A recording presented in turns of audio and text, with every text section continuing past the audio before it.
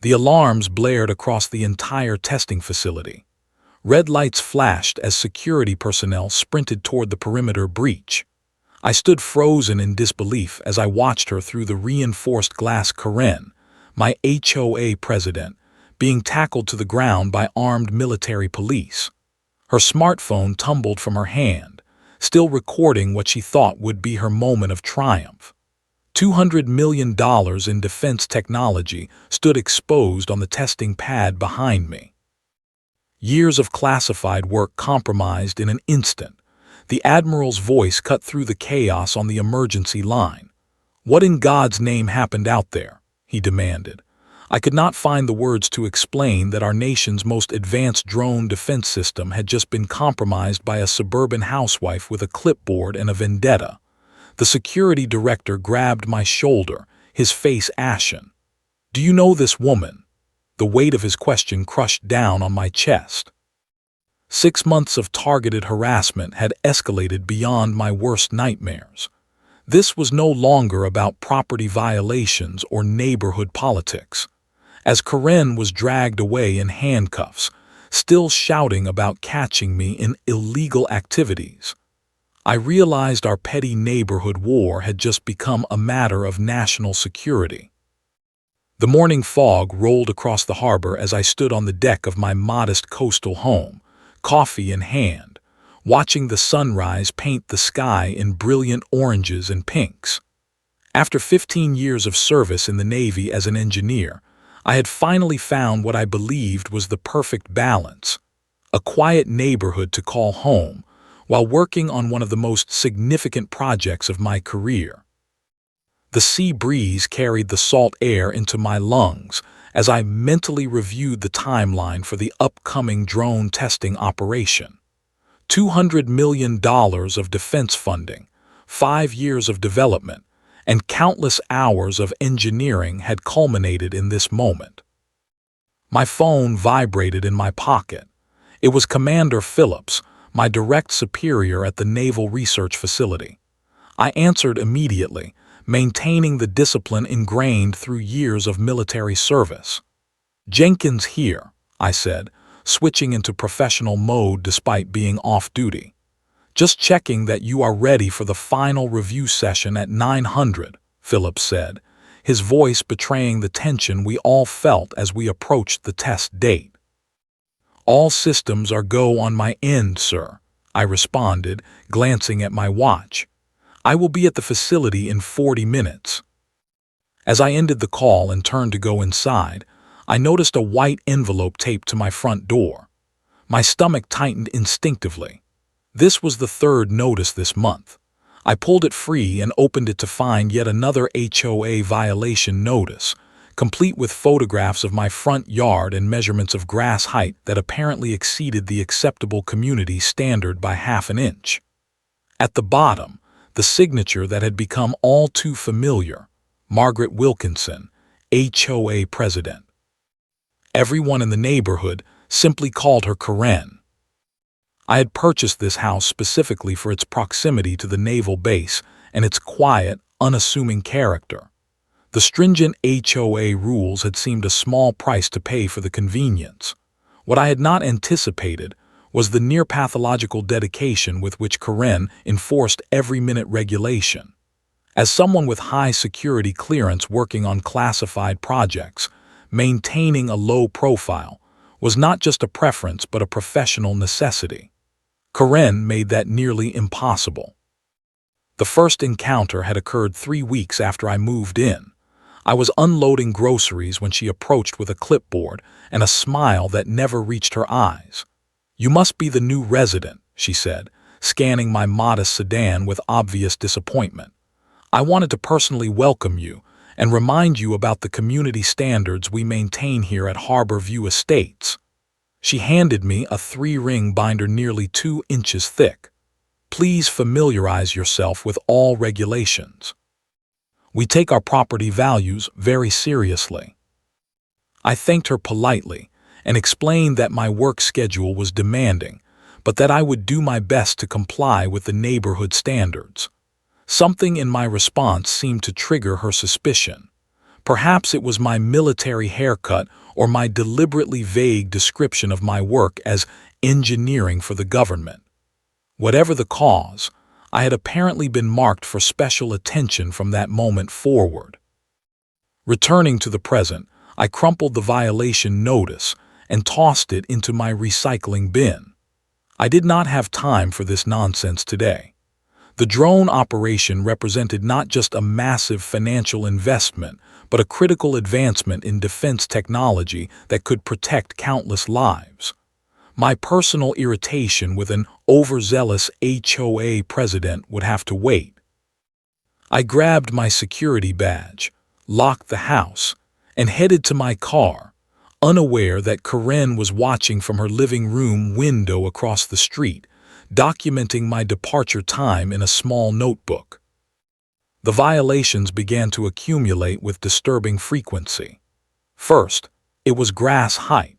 Then came a notice about unauthorized landscaping changes when I planted native species to reduce water usage. Next was a complaint about my trash cans being visible from the street for 20 minutes too long after collection. Each notice bore Karen's signature and increasingly hostile language about repeated violations and community standards. My neighbor Tom caught me one evening as I returned from a 14-hour day at the facility. "She is on the warpath about something," he said in a hushed tone, nodding toward Karen's impeccably maintained colonial across the street. "Has been ever since you moved in. Fair warning, she drove out the last 3 homeowners in your place with this kind of stuff."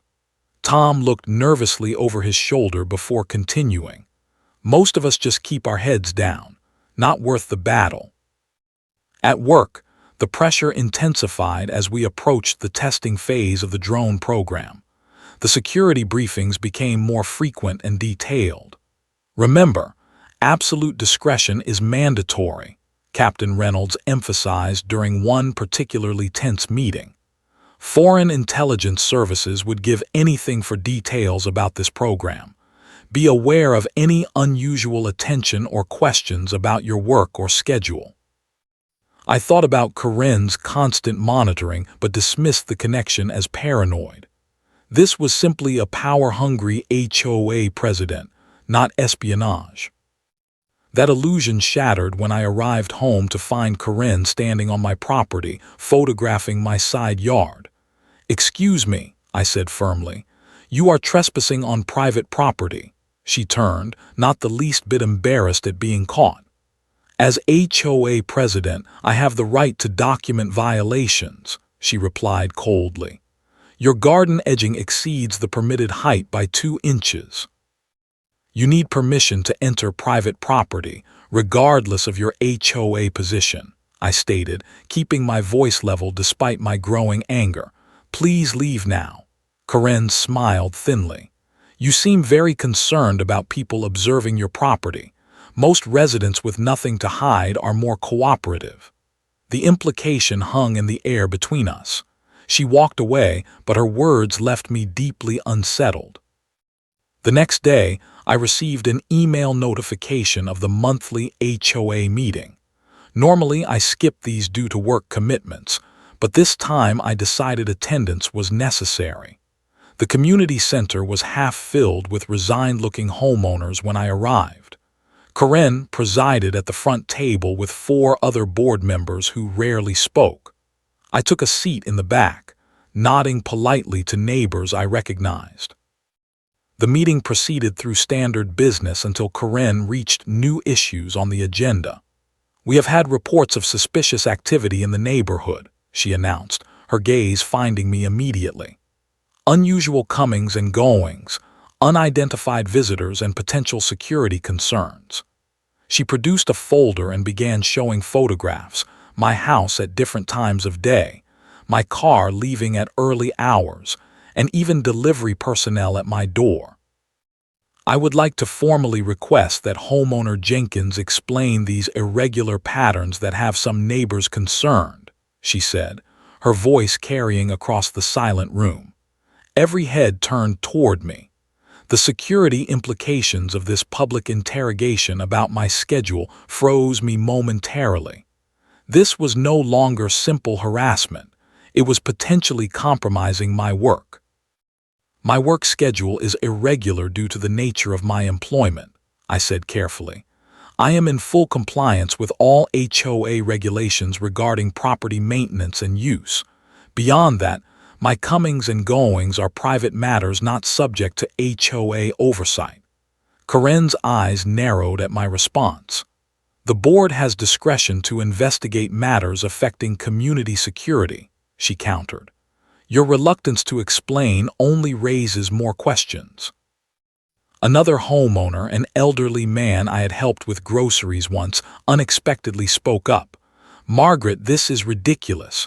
You cannot police when people come and go. A few murmurs of agreement followed, but Karen silenced them with a cold stare. The board will continue its investigation, she declared, closing her folder with finality. Meeting adjourned. As I walked to my car afterward, Tom fell into step beside me. That was a full-on ambush, he whispered. I have never seen her so focused on anyone before. What did you do to get on her radar? I shook my head, genuinely puzzled and increasingly concerned. I have absolutely no idea. But I knew that Karen's obsessive documentation of my movements had crossed from annoying to potentially dangerous, given the classified nature of my work. The morning after the HOA meeting, I made a decision. If Karen wanted to play surveillance games, I could certainly oblige with some counterintelligence of my own. 15 years in naval intelligence and engineering had taught me that information was the ultimate weapon. I began my operation with methodical precision, creating a secure digital folder labeled HOA documentation. First, I photographed every aspect of my property with date and time stamps, establishing a baseline for any future accusations. Then, I began a careful review of the HOA bylaws, covenant conditions, and restrictions, all 347 pages of them. I had skimmed them previously, but now I studied them with the same intensity I applied to classified technical manuals. By midnight, I had identified 17 procedural irregularities in how meetings were conducted and notices issued. Karen had been operating on intimidation rather than actual authority. The next phase required more subtlety. During my morning runs, I began carrying my phone to document the neighborhood systematically. Karen's property, unsurprisingly, had multiple violations that went unaddressed: decorative boulders that exceeded height restrictions, non-approved lighting fixtures, and a recently installed water feature that had never appeared on any approval agenda. I noted each discrepancy with exact measurements and timestamps. More surprising was what I discovered when expanding my research. Public record searches revealed that Karen had been sued twice by former neighbors for harassment, though both cases had been settled with non-disclosure agreements. The HOA financial records, which were technically public to all homeowners but buried on an obscure section of their website, showed questionable expenditures approved solely by Karen without proper board votes. My neighbor Tom proved an unexpected ally. She has been getting worse over the past year, he confided when I casually mentioned the HOA during a chance encounter while retrieving mail. Ever since her husband got that new job at Zentech. The name immediately triggered my attention. Zentech was a technology firm with known connections to foreign investment groups that had been flagged in security briefings. What does her husband do there? I asked, keeping my tone conversational. Some kind of international sales, I think, Tom replied. They travel overseas a lot now. She is always talking about their trips to Beijing and Moscow at the Garden Club meetings. My blood ran cold at this information. The connection seemed too coincidental given her sudden intense interest in a Navy engineer's schedule. That evening I called Commander Phillips on my secure line. Without divulging the full situation, I explained that I had concerns about potential security monitoring of my movements by a civilian. "Do you have reason to believe this is connected to your work on the drone program?" he asked sharply. "I do not have evidence of that," I admitted, "but the timing and intensity of the scrutiny concerns me." Phillips was silent for a moment. "Document everything. Forward it to our security team. And Jenkins," he added before hanging up, "consider temporary relocation until after the test phase." Relocation was not an option I wanted to pursue. Instead, I implemented additional security measures. I installed cameras covering all approaches to my property, positioning them carefully to comply with HOA regulations while providing comprehensive coverage. I varied my routes to and from the base. I began checking for surveillance during my commute, using countermeasures from my military training. More neighbors began approaching me discreetly after witnessing Karen's behavior at the meeting. "She did the same thing to us last year," confided Mrs. Rodriguez, who lived 2 doors down. "Constant photographs, accusations at meetings, we nearly moved." Another neighbor, a retired police officer named Frank, provided me with his own documentation of Karen's selective enforcement patterns. "She targets people she cannot control," he explained. "Been building my case for months." What emerged was a clear pattern of harassment directed at specific homeowners who either questioned Karen's authority or, like me, maintained privacy she found suspicious. The HOA had become her personal fiefdom, and any challenge was met with escalating pressure tactics. The most disturbing discovery came when I identified several occasions where my home had been approached while I was at work. My security cameras captured Karen not just taking photographs from the street, but actually testing my doors and peering through windows on 3 separate occasions. This was not just HOA overreach, it was criminal trespassing. I compiled all evidence into a comprehensive file and sent encrypted copies to both my military legal counsel and my personal attorney. "This goes beyond civil HOA disputes," my lawyer advised during our consultation. "The pattern of targeted harassment, invasion of privacy, and potential security implications for your work make this a serious matter. We should consider restraining orders and formal complaints." As I finalized my intelligence gathering, a notification appeared on my phone from the base security office. The critical drone test had been scheduled for exactly 1 week from today. All personnel were on high alert status. I looked at the extensive documentation I had gathered on Karen's activities and made a decision. After the test was successfully completed, I would initiate formal action against both Karen personally and the HOA board that enabled her. For now, national security concerns took precedence over neighborhood politics. I did not realize that Karen had already escalated her surveillance to a level that would bring these 2 worlds into direct and catastrophic collision. Test day dawned clear and cold. I woke at 400, performed a thorough check of my home security system, and reviewed the final test protocols on my encrypted tablet. The culmination of 5 years of work would occur today, the demonstration of autonomous drone defense capabilities that could revolutionize naval security operations. $200 million in development costs, hundreds of personnel, and countless hours would all converge on this morning's test. I dressed carefully in civilian clothes as required by security protocols. Military uniforms would draw unnecessary attention during the commute to the remote testing facility. The base itself was 20 miles from the residential area, but the drone testing zone was another 40 miles into restricted naval property along the coastline. Multiple security checkpoints were established at varying distances from the actual test site, creating a buffer zone designed to prevent unauthorized observation or interference. My car was packed and ready by 4:45. I performed a standard security sweep for tracking devices, a habitual precaution that had seemed excessive until Karen's increased surveillance. Finding nothing, I pulled out of my driveway in the pre-dawn darkness and began the carefully planned route to the facility. The roads were nearly empty at this hour, making it easy to detect any tail. For the first 15 minutes, everything proceeded normally. As I approached the highway interchange, I noticed headlights behind me maintaining a consistent distance.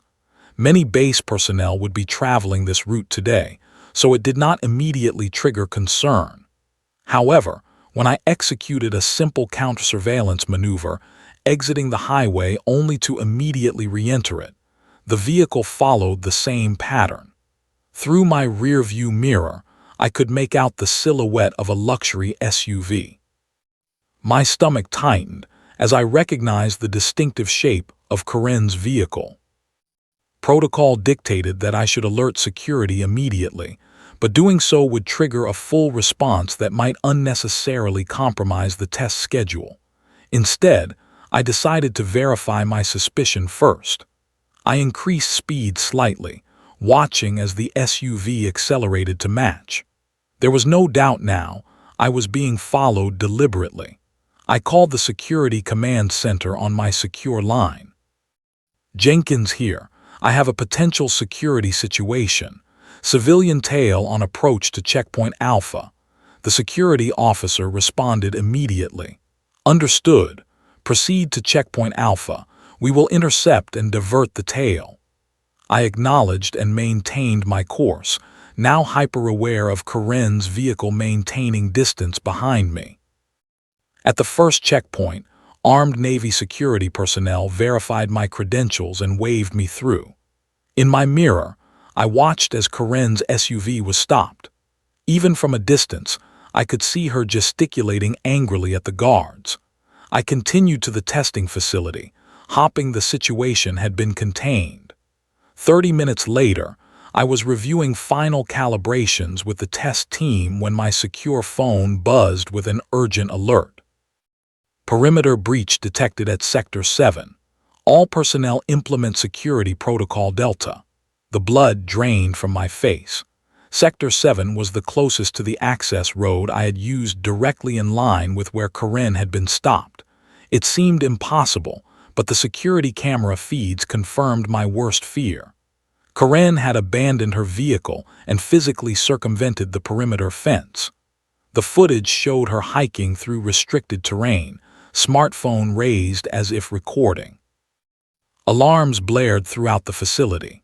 The test director immediately ordered all sensitive equipment covered and secured. $200 million in classified technology stood exposed on the testing pad as technicians scrambled to implement containment procedures.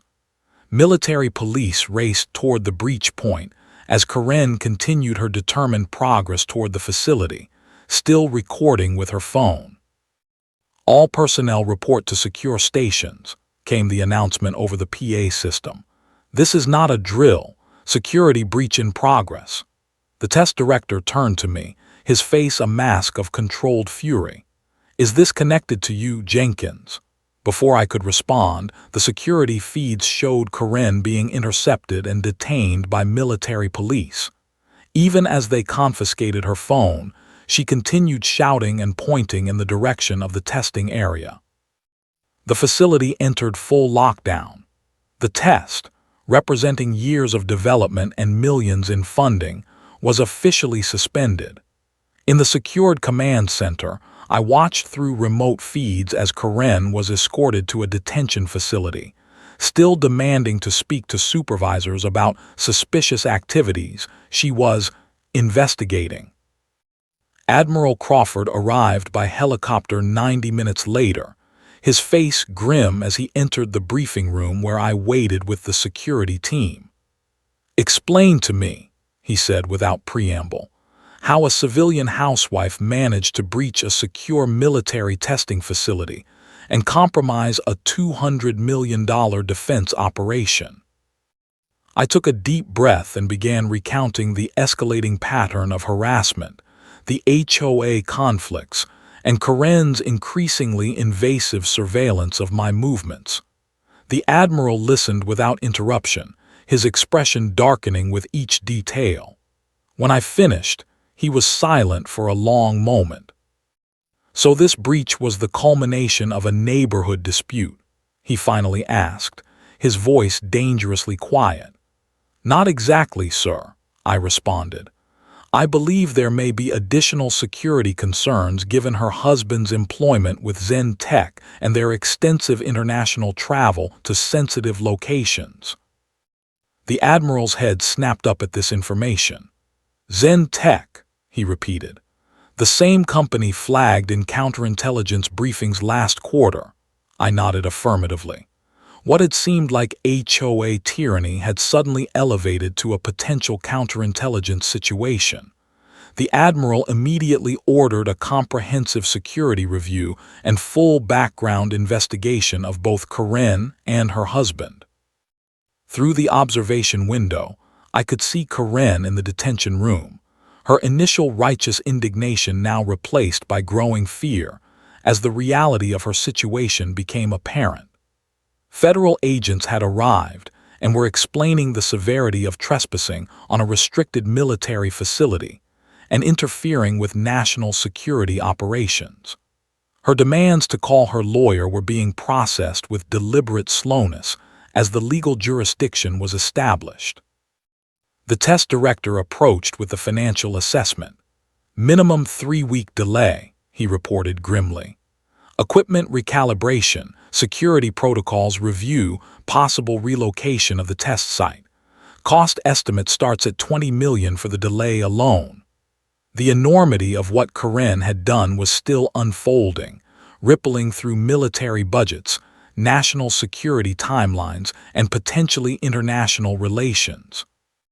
What had begun as a petty neighborhood power trip had escalated into an incident that would involve multiple federal agencies and have repercussions far beyond our community. The secure conference room hummed with tense activity as intelligence officers established encrypted video links with the Pentagon and Naval Intelligence headquarters. I had repeated my account of events 3 times already, each telling dissected for additional details that might help assess the damage. Admiral Crawford paced at the head of the table, while security specialists mapped out exposure risks on digital displays. "Our primary concern is determining exactly what she saw and recorded before interception," stated Commander Reeves, the head of counterintelligence. "The drone prototype was uncovered for approximately 4 minutes during the breach. We need to know what information may have been compromised." All eyes turned to me. "Based on your interactions with this woman, what is your assessment of her motivation? Was this purely personal, or could there be directed intelligence gathering involved?" I considered the question carefully. Her behavior pattern suggests obsessive personality traits focused on control and authority. The escalation began as typical HOA overreach, but intensified specifically toward me. Whether that intensification was due to my resistance to her authority or external direction is unclear. I paused, weighing my next words. The connection to Zen Tech cannot be dismissed as coincidental given the company's flagged status. In a separate holding facility, Karen had transitioned from indignant demands to increasingly panicked questions.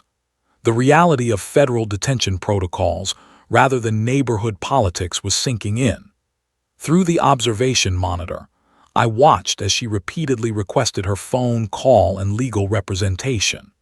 The federal agents questioning her maintained professional detachment, explaining the serious nature of unauthorized entry into restricted military facilities. "We have preliminary analysis of her smartphone contents," reported a technical specialist, entering with a tablet. "She was actively recording video from the moment she bypassed the perimeter fence. The drone prototype is visible in approximately 12 frames before our personnel intercepted her." The room fell silent at this confirmation of compromise. Admiral Crawford's jaw tightened visibly. "What about transmission?" he asked. Was any data sent from the device before confiscation? The specialist shook his head. No outgoing transmissions detected. The device was in airplane mode, likely to avoid tracking. All recorded material remained on the local storage. This provided some relief, but the breach had already triggered mandatory reporting to higher intelligence authorities. Outside the facility, the containment extended beyond technical details to media management. Local news vans had gathered at the public road nearest the base, reporting on unusual activity and an unconfirmed security incident. The public affairs officer was crafting carefully worded statements that acknowledged an incident without revealing the nature of the compromised operation. My secure phone buzzed with messages from neighbors. News of Karen's detention had somehow reached the community already. The HOA vice president had issued a hasty statement disavowing any knowledge of Karen's actions and emphasizing that she had acted entirely on her own initiative. The neighborhood social media groups exploded with speculation and rumors. "We need to address your security situation," Commander Reeves said, turning to me during a break in the briefing. "You will be temporarily reassigned until we complete a full assessment. Your home may be compromised." The implications hit me hard. Despite being the victim in this situation, my career now hung in the balance. Security clearances could be revoked based on association with a compromise, regardless of fault. "Sir, with respect, I followed protocols. I reported the surveillance, documented the harassment, and alerted security when I detected her following me." My voice remained steady, but I felt a knot forming in my stomach. 15 years of service could be derailed by a neighbor's obsessive behavior. "This is not about assigning blame, Jenkins," the Admiral interjected. "It is about containing a security breach and ensuring no further compromise occurs. Your reassignment is protective, not punitive." His words offered little comfort against the knowledge that security reviews could drag on for months while my career stalled. By evening, federal investigators had obtained warrants to search both Karen's home and her husband's office at Zentech. What they discovered transformed the situation further. Karen's home office contained meticulously maintained records of my daily schedule, photographs of my home taken at different times of day, and notes documenting visitors to my property. What had begun as HOA tyranny had clearly crossed into criminal stalking months earlier. More alarming to investigators was evidence that Karen had shared information about my movements with her husband's colleagues at Zentech. Emails recovered from her computer included discussions about the suspicious military engineer in their neighborhood and speculation about what projects I might be working on. Whether motivated by misguided neighborhood watch enthusiasm or something more sinister remained unclear, but the security implications were severe. As day turned to night, I sat alone in temporary quarters on base, watching the investigation unfold through official updates. My phone continuously buzzed with messages from neighbors now eager to share their own experiences of Karen's targeted harassment. Patterns emerged of selective enforcement against residents who questioned her authority or maintained privacy she found suspicious. What should have triggered intervention long before had been dismissed as merely aggressive HOA management. The most disturbing development came when federal agents appeared at the offices of Zentech, removing computers and files while employees watched in stunned silence. Karen's husband was brought in for questioning regarding his knowledge of her surveillance activities and the sharing of potentially sensitive information about a military engineer's movements with international business contacts.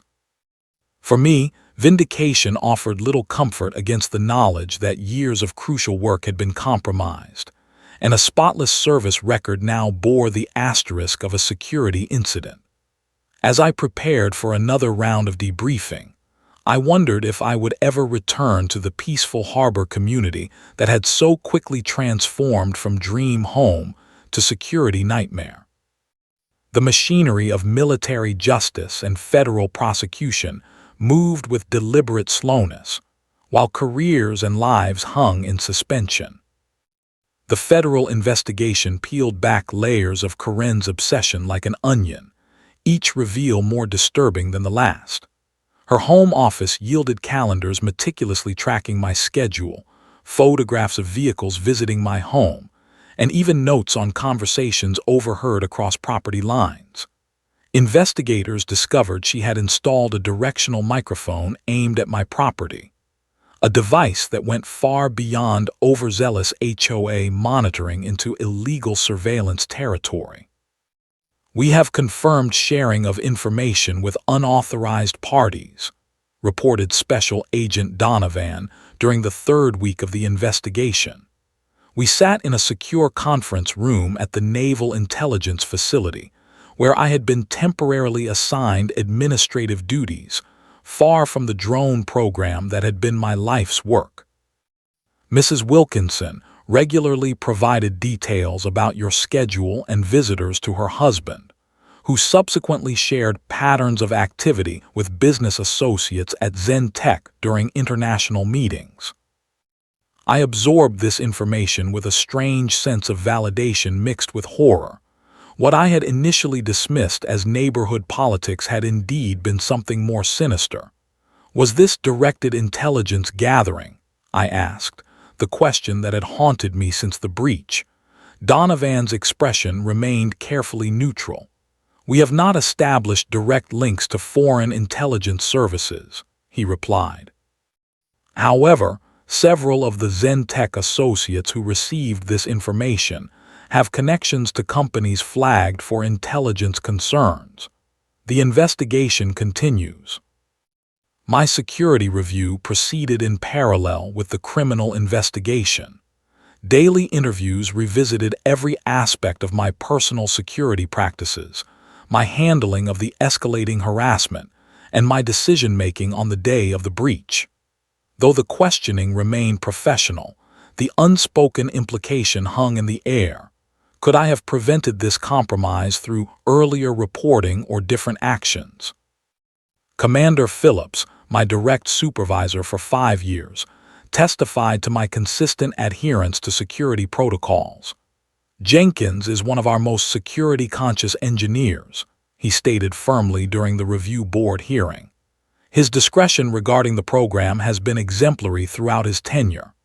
Despite such support, the security review team maintained proper procedural distance, their recommendations still pending as weeks turned to months.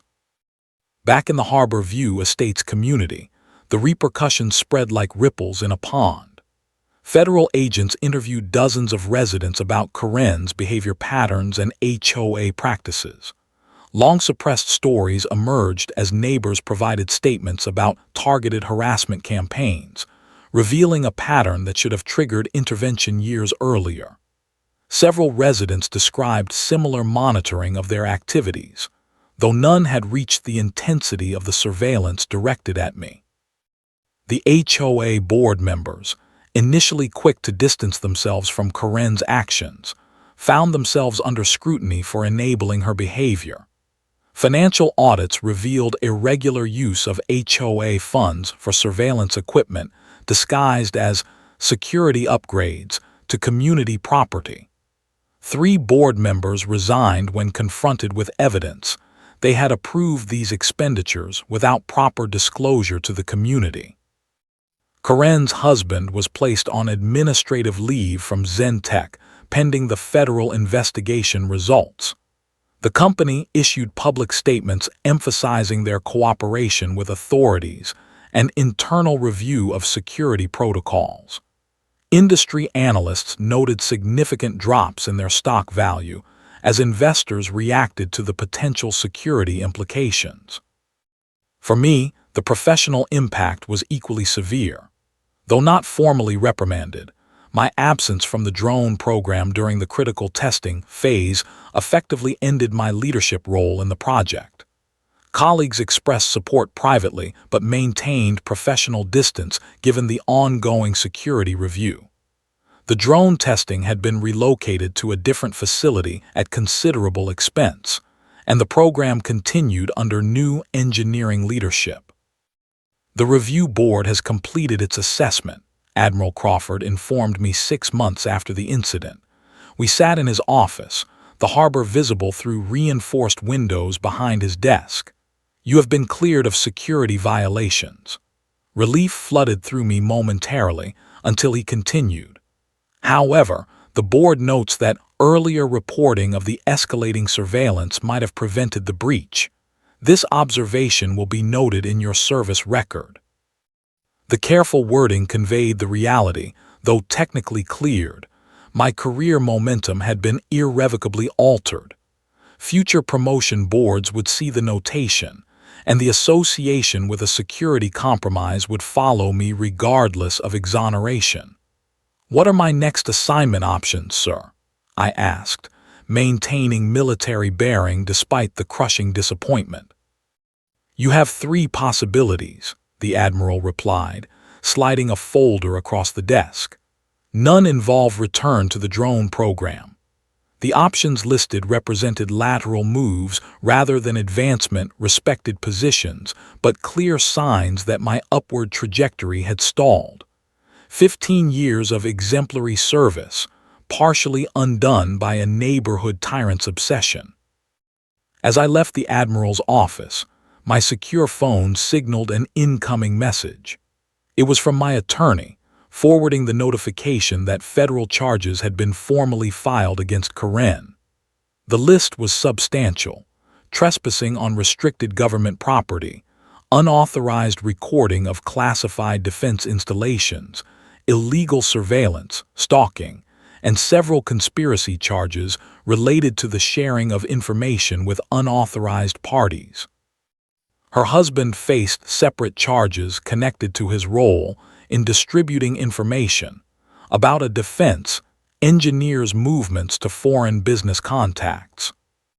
The case would never see public trial. National security implications ensured it would proceed through classified channels, resulting in a sealed plea agreement. For the community and my career, the damage was already done. The intersection of civilian entitlement and military security had extracted its price from all involved. As I reviewed my reassignment options, I wondered how many other boundaries between ordinary life and national security remained equally vulnerable to breach by determined individuals, with no concept of the larger consequences of their actions. 6 months after the breach, I stood at attention as Admiral Crawford delivered the final security review findings. The formal hearing room was silent except for his measured words. "Commander Jenkins, the review board has determined that while no direct security protocol violations occurred, the incident highlights the need for enhanced protective measures for personnel assigned to classified programs." Military language for acknowledging I was cleared, but my career would bear the asterisk of this incident indefinitely. The drone program had been reconfigured at significant expense. Additional millions allocated to overcome the setbacks, testing protocols redesigned, and new security measures implemented specifically to prevent similar breaches. The prototype had successfully completed testing at the alternate facility 2 months earlier, the capabilities proven effective but delayed by nearly half a year from the original timeline. National security had been preserved, but at considerable cost. Karen faced federal charges that would never see public trial. The national security implications ensured the case proceeded through classified channels, resulting in a sealed plea agreement that included substantial financial penalties, 5 years of monitored probation, and permanent restrictions on her movements near military installations. Her husband had been terminated from Zentech following internal investigation that revealed he had regularly shared information about suspicious neighbors, with international business contacts, some with known intelligence connections. The investigation never conclusively proved directed espionage.